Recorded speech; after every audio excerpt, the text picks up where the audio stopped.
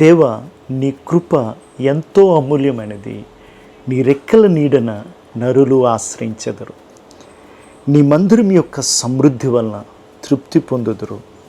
నీ ఆనంద ప్రవాహముతో నీవు వారిని త్రాగించుచున్నావు. 36వ కీర్తనలో 7-8 వచనాల్లో ఈ మాట రాయబడి ఉంది. అమూల్యమైన ఆయన కృప ఆయన యొద్ద మాత్రమే దొరుకును.